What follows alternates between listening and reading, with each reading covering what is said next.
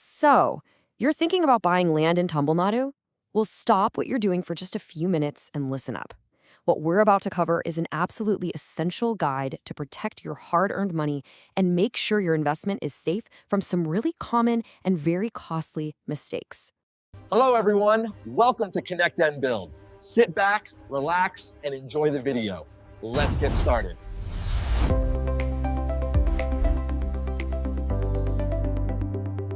I want you to just read that for a second. This isn't some made-up hypothetical situation. This is a real nightmare that happens to real people. You find what you think is the perfect plot of land, you pour your savings into it, and then boom, months later, it's just gone, and you're left with a tiny fraction of what you paid. The good news? This is totally avoidable, and we're going to show you exactly how. So the big question is, how do you make sure this doesn't happen to you? The answer, in 2 words, is due diligence. And don't worry, we've broken it all down into a really simple, step-by-step playbook that anyone can follow. Okay, let's start with your first line of defense. It's all built on two cornerstone documents. Getting to know these is, frankly, non-negotiable for any serious buyer. Let's dig in. Think of it like this, okay? The mother deed, that's the property's birth certificate. It's the entire family tree of the land showing every single owner from the very beginning. Then you have the encumbrance certificate, or EC. That's like its current financial health report.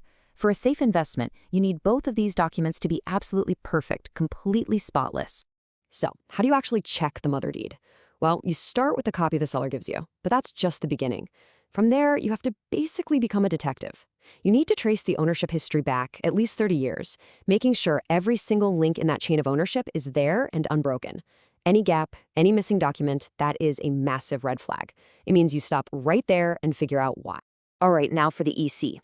You can actually check this online for that same 30-year period. And the magic word you're hoping to see here is nil.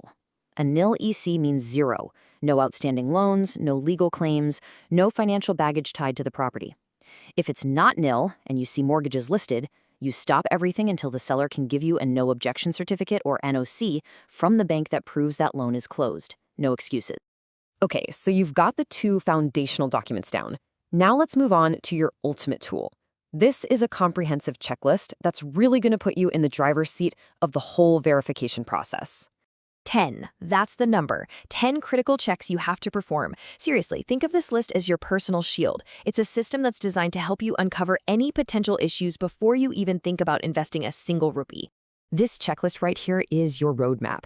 It covers the whole shebang, from verifying the PATA, which is the official government record confirming the owner's name, all the way to making sure the layout has been approved by the right government body. You'll also need a lawyer to do a thorough title search for any hidden lawsuits. And here's one people always skip. Hire a surveyor to physically go out there and confirm the boundaries on the ground match the paperwork. Every single item here is a crucial checkpoint. I'd recommend you pause here, take a screenshot, and go over this list with your lawyer for any property you're looking at. Now I know what you're thinking. Hiring a good property lawyer to go through all this, it's going to cost money, right? And yeah, on average, you're looking at around 10,000 rupees. But let's be really clear about this. That fee, it's not an expense. It's the best insurance policy you can possibly buy. It's a tiny, tiny investment to protect yourself from losing lakhs or even crores down the road. It's probably the smartest money you'll spend in this entire process. Okay, so you've got your shield. Now let's talk about what you're actually fighting against. It's so important to be able to recognize the common traps and scams that, honestly, buyers fall for every single day. These right here are some of the biggest ones. Scammers will try to sell you Parambocal land, which is just a fancy word for government property. You build on it, and it can be legally demolished at any time. Or they'll sell land with messy family disputes, where some cousin you've never heard of could show up years later and claim a stake. Sometimes a basic EC won't even show every hidden loan, and buying agricultural land that hasn't been legally converted for housing, that can lead to demolition orders. You see, this is exactly why every single step on that checklist is so critical. So let's circle all the way back to that nightmare scenario we started with, government acquisition. It's a huge fear for buyers, but look, it's not some random act. There is a legal process, and you have rights. You need to know them. Here's the key thing you need to know. Under the law, the government can't just waltz in and take your land. The process actually requires public hearings where you can stand up and make your objections heard. And for most big projects, they need consent from a huge majority of the landowners. Just knowing this gives you power. And look, if an acquisition does happen, you are legally entitled to fair compensation. The formula is pretty clear. 4 times the market value for rural land and 2 times for urban land, plus some other benefits.